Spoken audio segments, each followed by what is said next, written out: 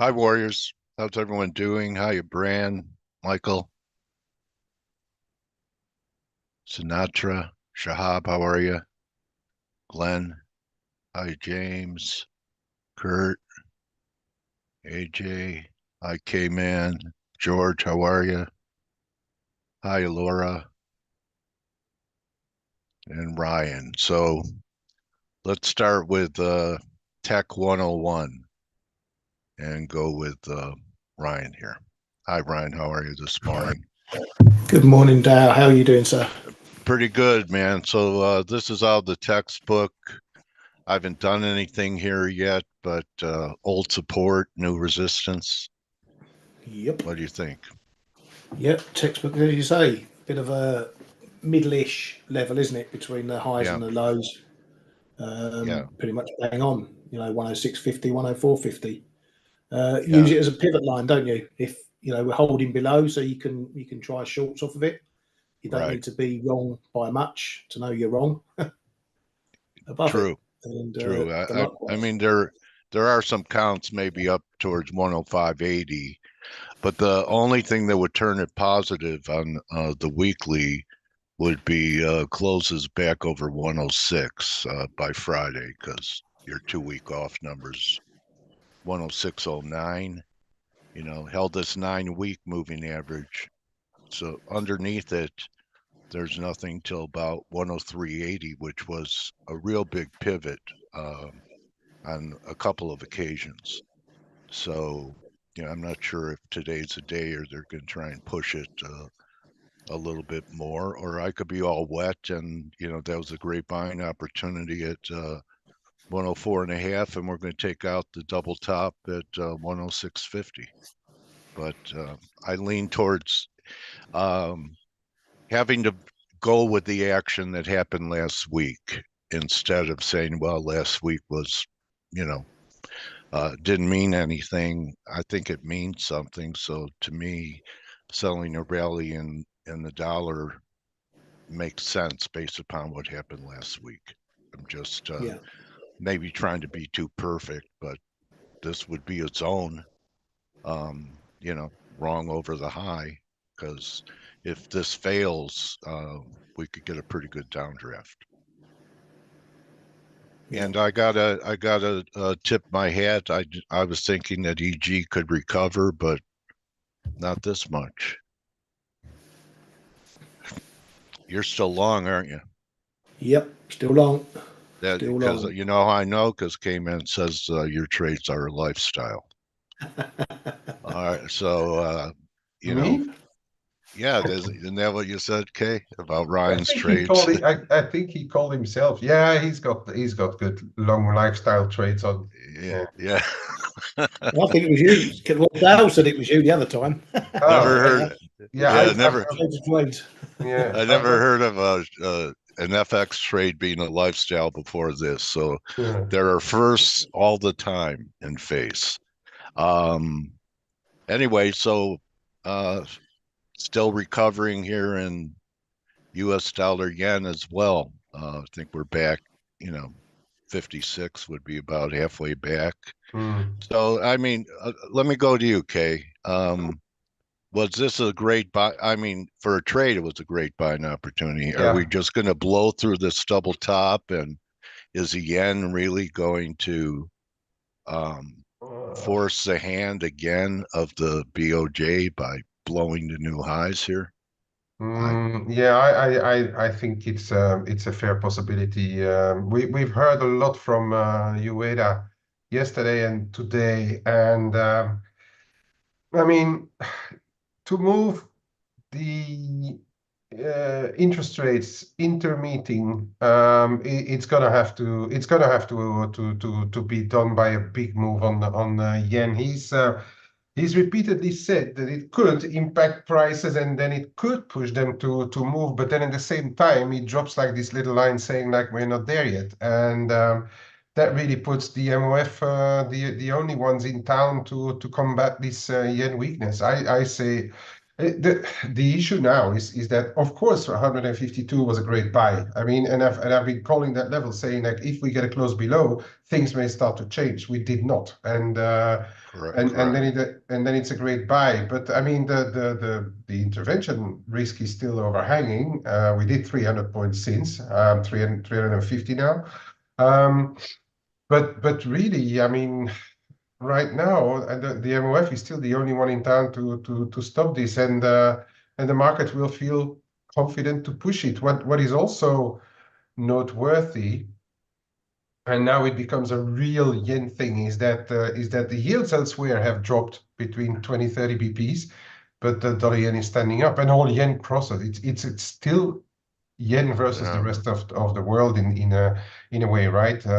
Even if cable came back, we're still trading 194 sterling yen, which is, I know we have been higher before the interventions, but even with the weaker sterling, we're still at lofty levels in all those yen crosses, and that is still making it a very hard fight, I think, for the MOF right now. Are they giving it up? Because I've read some people, oh, that's it, they've put it there, now they're giving it up, they're going to let it weaken to the next level. I would think it's a bit too early to call for that, but it seems there's little they can do right now. And we were talking about that in length on the flow show this morning, and I said they, it seems that the Japanese, first of all, monetary policy, well, you had all those Abenomics, but since there's been, it's a string of missed opportunities, and we had one of those missed opportunities last Friday when the dollar yen was coming down naturally, post the U.S. jobs report. I think they should have, even if they don't trade data and whatever, but if they wanted the yen to lastingly strengthen for a bit, they should have pushed it through 150 and kept it below there. And then the speculators would have said like, well, okay, I mean, now they're probably serious, and then get a few warnings by UADA saying that it's possible to hike rates a bit faster, and then they would have probably managed to curb this yen weakness for a while at least. But I mean, the way it's trading now, I mean, I for sure don't want to stand in front of this trade. That is for sure. I'm I rather went. on the side. I would be surprised if you get a call from the BOJ asking you to come and be on the board now. Well, if I can brush up my Japanese a little bit, I don't even know how to say hike in Japanese. If Chris Tokyo is listening or watching us here, Chris, how do you say hike in Japanese? Um, yeah, I'd hike rates because Yeah. the economy can withstand it. We had a mixed picture. Yes, but maximum profits in the biggest Japanese companies and stuff, and so many Japanese companies now are complaining, unions complaining. Kate ran yesterday saying nothing to do above 150 this dollar yen. JAL CEO saying already crying from 130, 40, she says. So I mean, it's yeah, but can't stand in front of it. I'm really impossible for me right now, at least. Okay. I want to ask our attendees, what is the one piece of evidence I see that could lead to a new high in U.S. dollar yen? Come on, you guys know this. What is it? No guesses? I'll give you 3 seconds. Break of no, that's not evidence. That's just a statement. Amira got it. And what is it? What about the RSI? Flight to safety? No. It's this right here. Confirmed. So Amira knows this stuff now. Okay, so see that RSI reading almost 90. That's markets rarely peak with that kind of momentum. So that's the one thing that besides the 52, which we talked about, I tweeted about everything, the confluence there, and that was K-Man's big level. So anyway, that's the one thing that for a top argues that it may not be. So, okay. So that's it. Ryan, Canada's acting pretty good here. I thought, last week's high might have been it. You have targets here? You know me, I don't like a target. I have speed humps. Yeah. My speed hump is round about that those two candles just left of where you are. There. No, just in the middle, which is Oh, these right here. 38. Yeah, Yeah. 37, 80, 70, 80. Yeah. Then the big figure, and then that big target, 38 60s, which is a historical level. If you draw one Yeah. back, 38 60s, yeah, across some of those highs. Yeah. Here and here But we're and yeah, and across there here. I mean, exactly. Yep. 39.77. That would take every last bear out. Don't you Yeah, we've had think? a I couple mean, of pokes. We've had a couple of pokes above, but it hasn't managed to hold a break above. If you get a yeah. hold above that 30, call it 38, 60, 70, whatever, Yeah. then you're going to be looking at 140s. Yeah.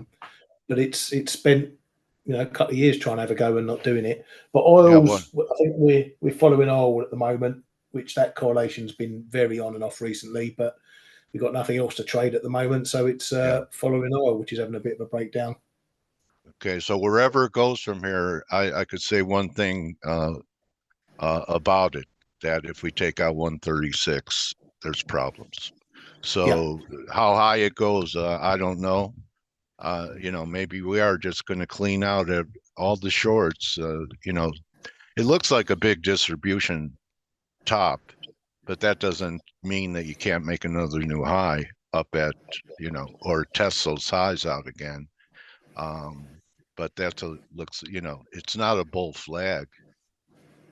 I've never seen what is it from 22, a 2-year bull flag, even on a weekly. So, you know, anyway, those are my observations. And now we're close enough, and any kind of geo stuff or anything else happens, and I'm wrong about the dollar, and we're going to new highs. That's a possibility here. So, okay, I think we have most of this covered. Euro's still holding up the best so far. EG says it all. Um, That's so, it. and we're right at support here. This kind of was an old resistance level, kind of like the dollar, and cable leading this decline. I want to buy it in here down around this 24 level. I didn't do the get up, fibs, but get up if early we, tomorrow. okay, all right. And you know what? Cable was the first one to bottom. Remember that day we were here, Ryan? Yeah, And I said, and yeah. you said, well, we could get some kind of bounce from here.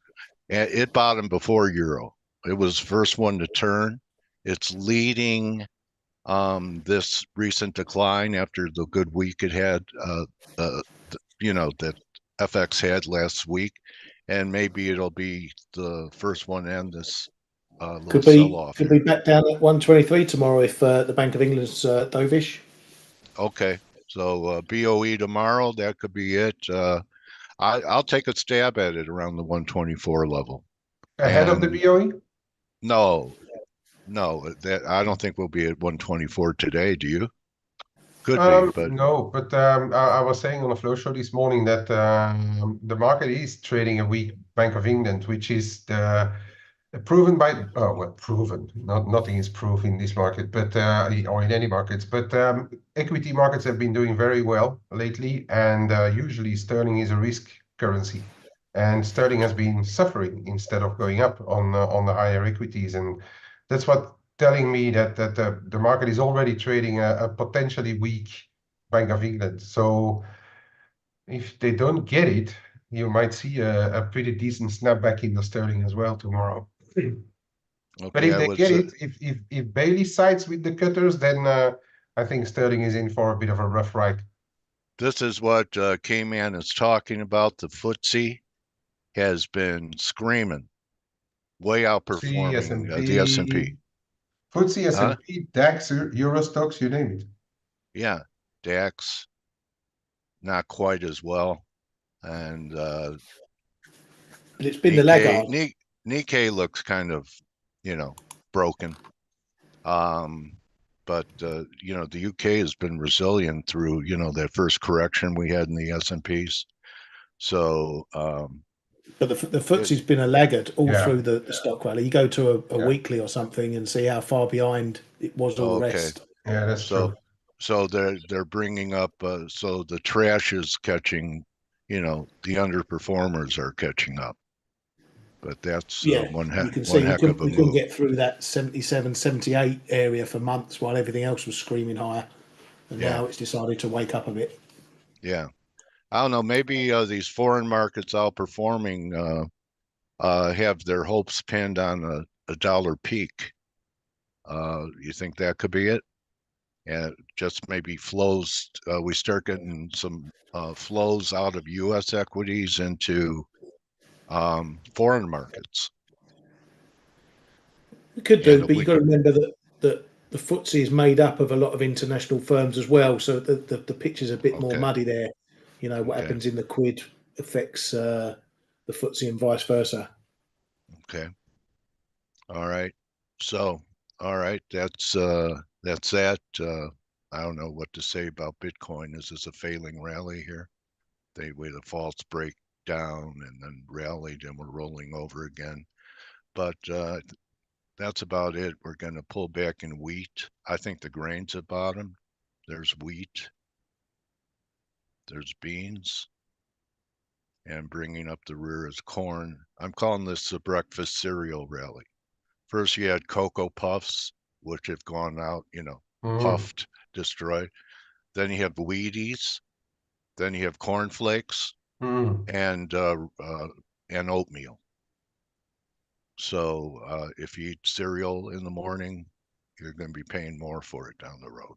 So, and smaller boxes, a little shrinkflation probably at the stores. So I like the grains. I think part of the grain story is going to be a weaker dollar. That brings up everything nominally. And that's it, Blake. I want to talk to you about risk. So what's up, Dale? Good morning, and good morning, Ryan, buddy. K-Man.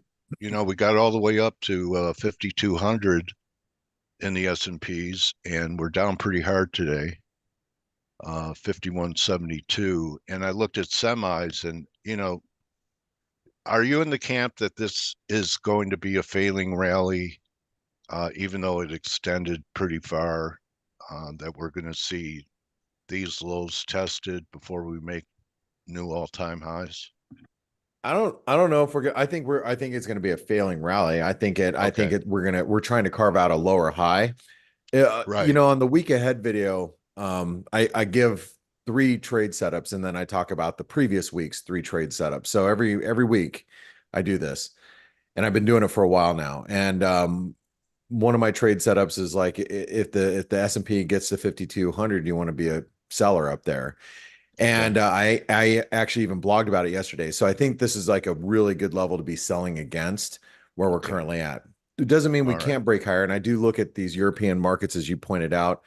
We have the FTSE continuing higher. We have the DAX, as you guys were pointing out. I mean, the DAX, the Gartley or butterfly pattern in DAX points us to brand new all-time highs. So, I mean, you're definitely see a rotation out of U.S. equities into other equities. So, so I think we're trying to carve out a lower high. Okay. So I mean, it could be, pretty tight stops, even though we're down here today, 52.5 or so, just reduce leverage.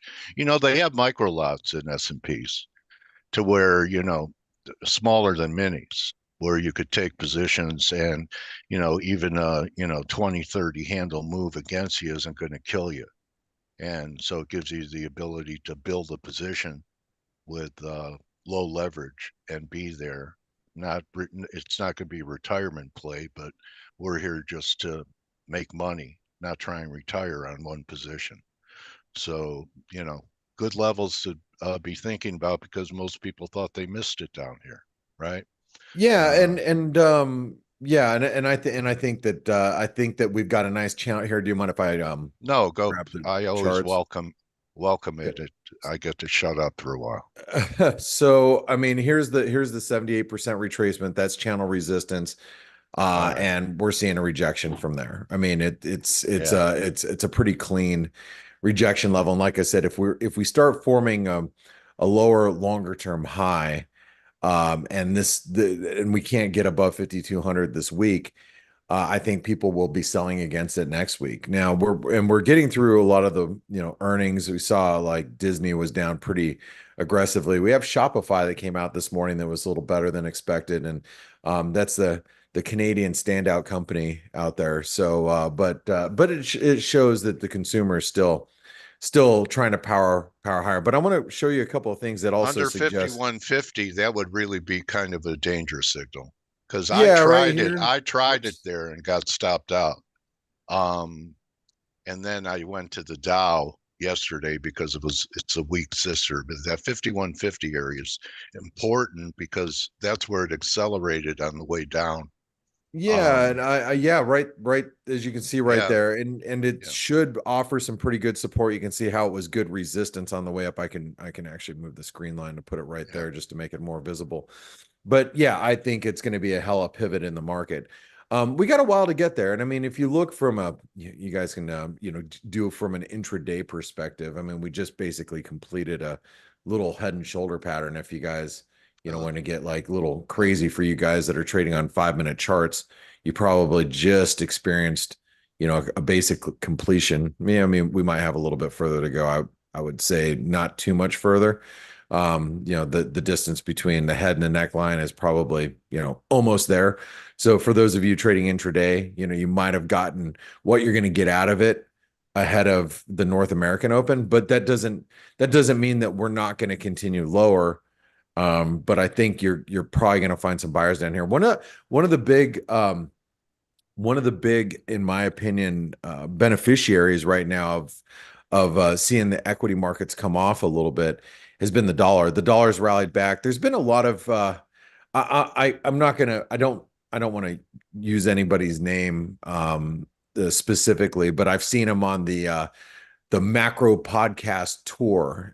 He's a guy that has a subservice about, what he thinks is happening in the markets. And he's been going on, like I said, on the macro tour, being very, very bearish to the dollar. And the dollar has rallied quite substantially in the last couple of days. And I know he has a lot of institutional guys behind him. So we've seen this rally back in the dollar index. I do think the dollar is going to be a bit of a beneficiary right now. But I do want to also say that I know K-Man and Ryan would agree with this. Even if we get some equity market selling, the dollar is not, it might be a natural beneficiary against certain currencies, but not all currencies. You have to really see a very, very big 10% or more equity market drawdown to really spook people to get dollars, like the dollar rallying against everything. You really got to see that. And right now, you're not getting that. Yes, you're getting a little bit of, maybe the equity markets are finding some sort of levels that we can find some two-way price action, but I wouldn't, hang my hat on, stocks are down 1%. Yeah. I should be buying the dollar. I just don't think that's the case. And Ryan, if you want to comment to that, I'd love to hear what you have to say about that. I don't know. We're looking at the Dixie again. My least favorite asset. Right. Well, that's yeah, exactly. I was already very surprised that you would comment on Dale's question regarding the Dixie, and I think Dale actually called you Brian at the top of the show. That's what I understood, at least. It was a very happy moment, right? I'm not proud to answer to anything. I called him Ryan, not Brian. No, he said Ryan. But anyway, look, I'm at that stage where I could be getting senile. Maybe you're right. Maybe you're right, J-Man. There's a queue for that title. But anyway, I'm a closet Dixie fan. No chance. Not a fan. Another Coke sticks in my eyes. But no, you're right. It's unless we see something massively changing, you know, and I repeat it every month. We've come through Feds, we've come through data, NFPs, ISMs, you name it, ECB. We come through the lot, and look where we are. We're stuck in a range, and you know that I think that was also highlighted something that we were saying on the Flow show. You know, the Riksbank's just got into their cut cycle, prompting or priming another 2 cuts this year. No one's looking at where rates will stop when they, you know, when people are cutting. You know, everyone's focusing on when's the Fed going to cut and how many cuts are they going to do this year and whatever. No one's thinking about, well, actually, what's the objective? Where are cuts going to take them to? Kashkari said his neutral rate has gone up to 2.5 from 3%. You know, that's what 100, you know, 225 odd cuts, 250 cuts. You know, we're not going to zero. We're not doing QE.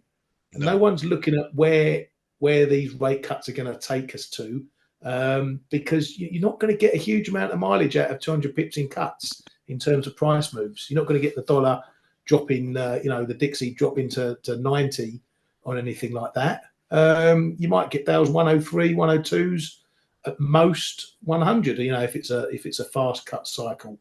But yeah, you know, this is the market we're in.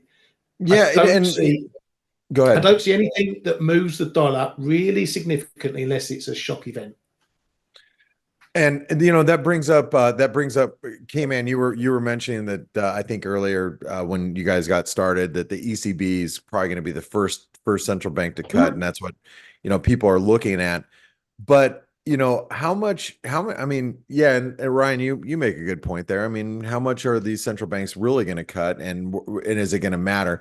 And then I guess it comes down to timing and synchronization between these central banks. But go ahead. That's more important than the direction they will take, because they all will ultimately take the same direction. But we have seen the bond market is one big pot of gnats right now. So and if they all start to cut roughly at the same time, it's going to remain this way. And your one just to name it, your euro dollar could still be 107.5 in 6 months' time. You know, but right.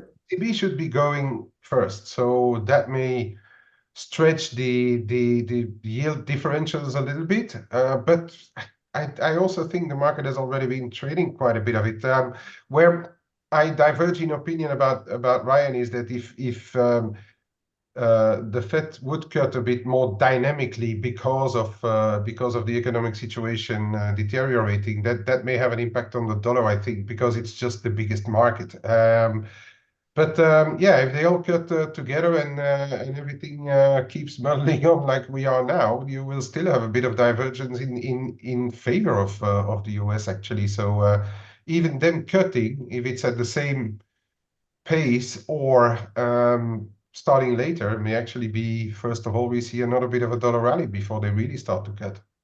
All right. Well, you know, we got just a few minutes, and we managed to, you know, talk a whole 30 minutes without a whole lot happening today. But let me ask you this.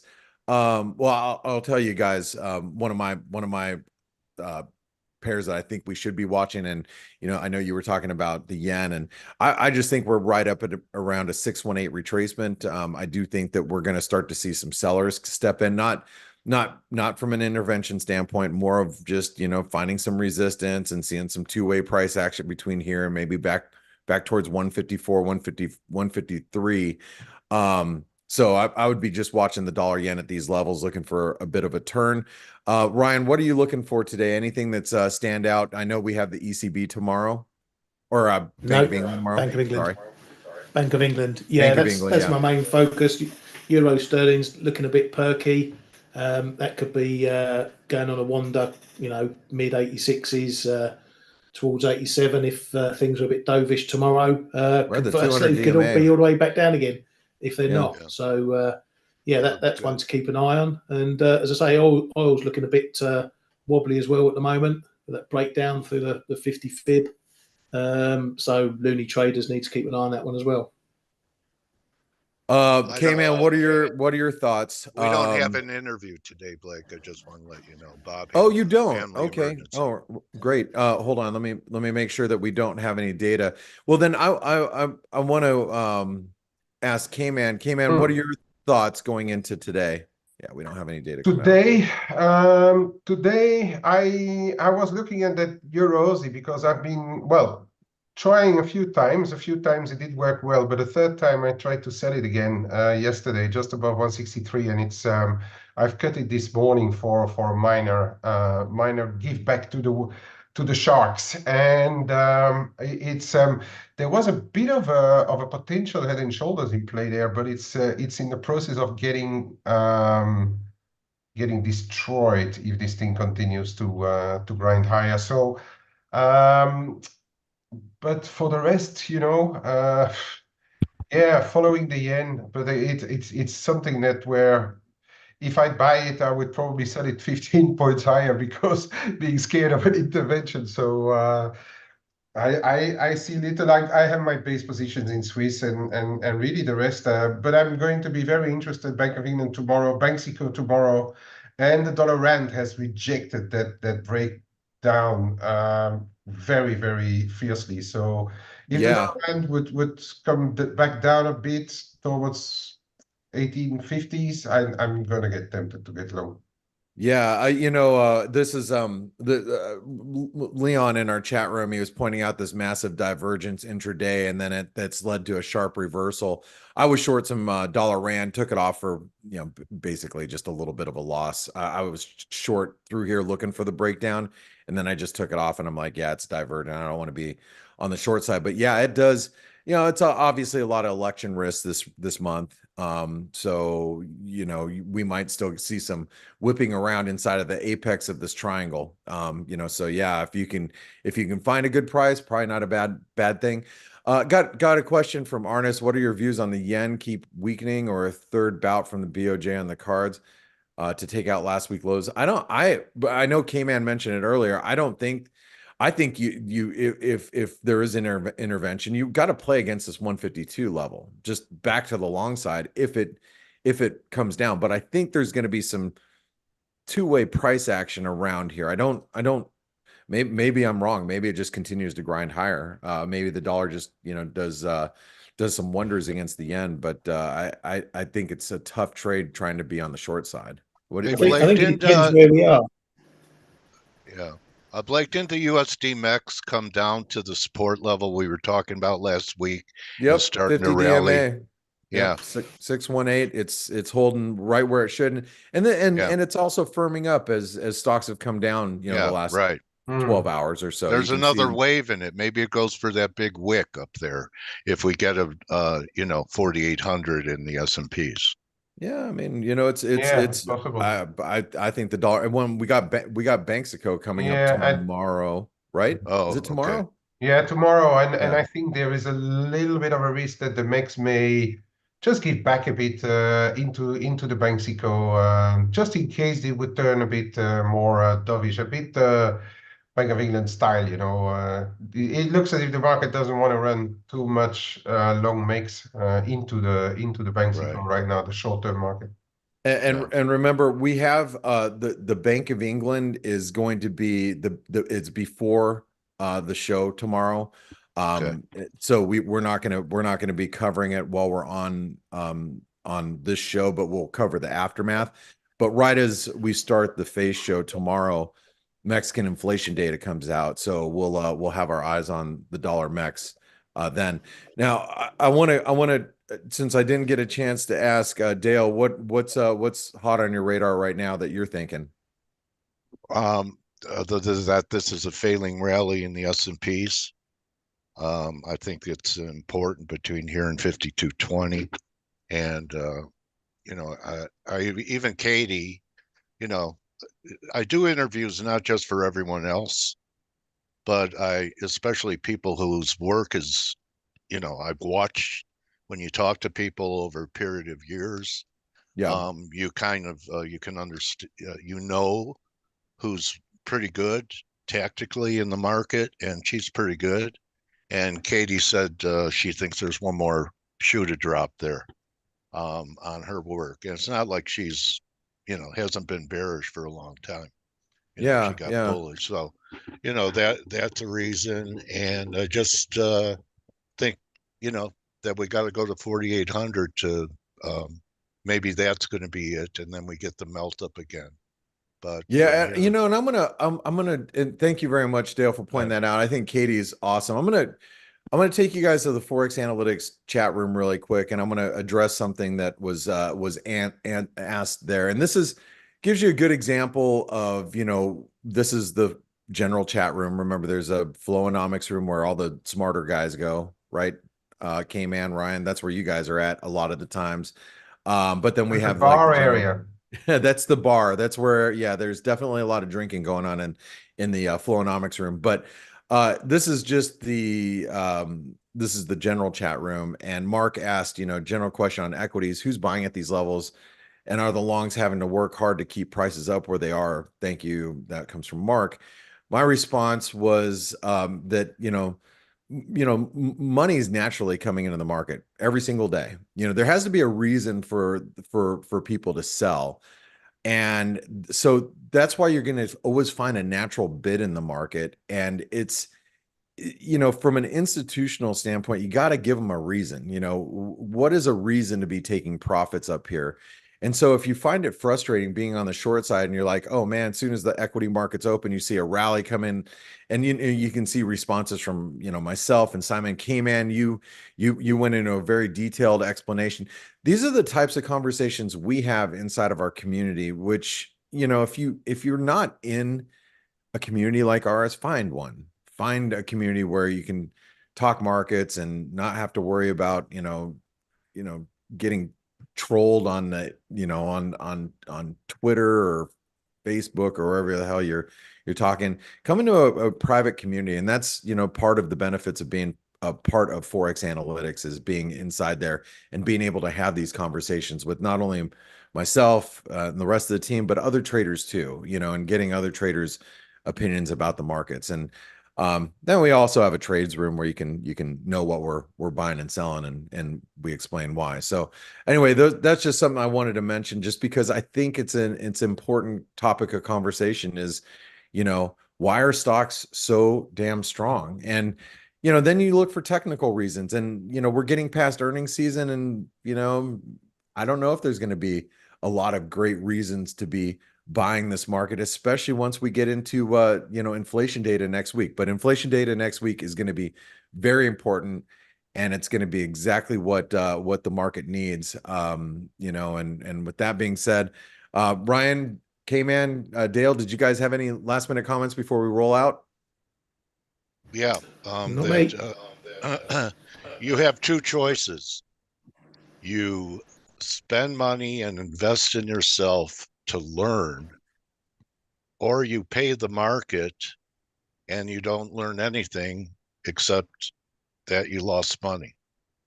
So it's very important to try and grow and surround yourself with people that are doing it and pulling money out of the market. So, don't be in front of the BOE penny wise and pound foolish. Right? In front of the BOE. There you go. All right. That's all I have to say. I mean, you have a choice. You have to learn.